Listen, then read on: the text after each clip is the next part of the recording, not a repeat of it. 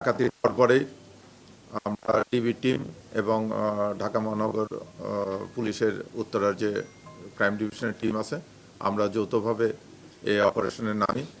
এই অপারেশনে নামার পরে এই সংক্রান্তে আমরা 5 জন আসামি গ্রেপ্তার করি, 4টে অস্ত্র উদ্ধার করা হয়। যে চাপাতি দিয়ে কোবাইছে সেই চাপাতি উদ্ধার করা হয়েছে, 12 লক্ষ টাকা উদ্ধার করা হয়েছে এবং র্যাবের আরও কিছু সামগ্রী উদ্ধার করা হয়েছে, যেটা তারা ব্যবহার করে তারা এই অপরাধ কর্মকাণ্ড সংগঠিত করে। আপনারা অবগত আছেন যে গত 9 আগস্ট 2026 অনুমান সকাল 10টা 30 ঘটিকায় উত্তরা পূর্ব থানাধীন ডিএল ফিলিং স্টেশনের ম্যানেজার আব্দুল করিম, সহকারী ম্যানেজার আলামিন, সিএনজি অপারেটর সেলিম ও কাভার্ড ভ্যান চালক খোরশেদ ফিলিং স্টেশনের বিক্রয়লব্ধ 1,21,50,000 টাকা ব্যাংকে জমা দেওয়ার উদ্দেশ্যে নিয়ে যাচ্ছিল। তারা বিমানবন্দর থানাধীন ঢাকা ময়মনসিংহ সড়কের ক্রাউন প্লাজার নিকট বিআরটি লেনের কাছে পৌঁছলে মোটরসাইকেলে আসা ডাকাত দল তাদের গতিরোধ করে এবং ডাকাতরা অস্ত্র প্রদর্শন এবং চাপাতি দিয়ে কুবায় তাদের লোকজনকে আহত করে টাকাগুলো ছিনিয়ে নিয়ে যায়। উক্ত ঘটনার পরপরই ডিএমপির গোয়েন্দা বিভাগ এবং উত্তরা ক্রাইম বিভাগ যৌথভাবে তদন্ত অভিযান শুরু করে। গোয়েন্দা তথ্য অনুসন্ধানের ভিত্তিতে নারায়ণগঞ্জ জেলার সিদ্ধিরগঞ্জ এলাকা থেকে প্রথমে ইলিয়াস শিকদার এবং জাফরকে গ্রেপ্তার করা হয়।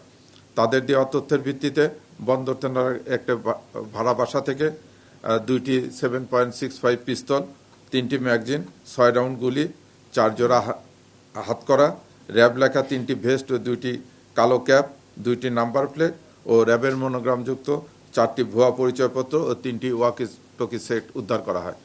তাদেরকে নিবিড়ভাবে জিজ্ঞাসাবাদের পরে তাদের দেওয়া তথ্যের ভিত্তিতে মাতুয়েল এলাকা থেকে রবিউল ইসলামকে গ্রেপ্তার করা হয়। রবিউল ইসলামকে গ্রেপ্তার করার পর তাকে ঘটনার বিষয়ে জিজ্ঞাসা করলে সে ঘটনার সাথে সম্পৃক্ত থাকার কথা স্বীকার করে এবং তার তথ্যের ভিত্তিতে যাত্রাবাড়ির কাল্লাপাড় এলাকা থেকে মিন্টু রাহিকে গ্রেপ্তার করা হয়। ডিজাইন, এলিগেন্স, বিউটি, সেরা পণ্য সবার জন্য জেভিকো। থেকেও আমরা 2টি 7.65 পিস্তল, 3টি ম্যাগজিন, 15 রাউন্ড গুলি, 3 জোড়া হাতকড়া, র্যাব লেখা 4টি ভেস্ট, স্টিলের 2টি অফসেট, 4টি বিভিন্ন গাড়ির নাম্বার প্লেট, র্যাবের ভুয়া মনোগ্রামযুক্ত 4টি ভুয়া পরিচয়পত্র, ওয়াকিটকি সেট, চার্জার ও 1টি মোটরসাইকেল উদ্ধার করা হয়। এছাড়া রবিউল ইসলামের রুবেলার ভাড়া বাসা থেকে ডাকাতি টাকা 3 লাখ টাকা উদ্ধার করা হয়। পরবর্তীতে রবিউল ও মিন্টুর দেওয়া তথ্যের ভিত্তিতে শ্যামপুর থানাধীন পোস্তকলা এলাকায় অভিযান চালিয়ে সাগরবাড়িকে গ্রেপ্তার করা হয়। সাগরবাড়িকে গ্রেপ্তার করিলে তার ভাড়া বাসা থেকে এই লুণ্ঠিত আরও 9 লক্ষ টাকা উদ্ধার করা হয়।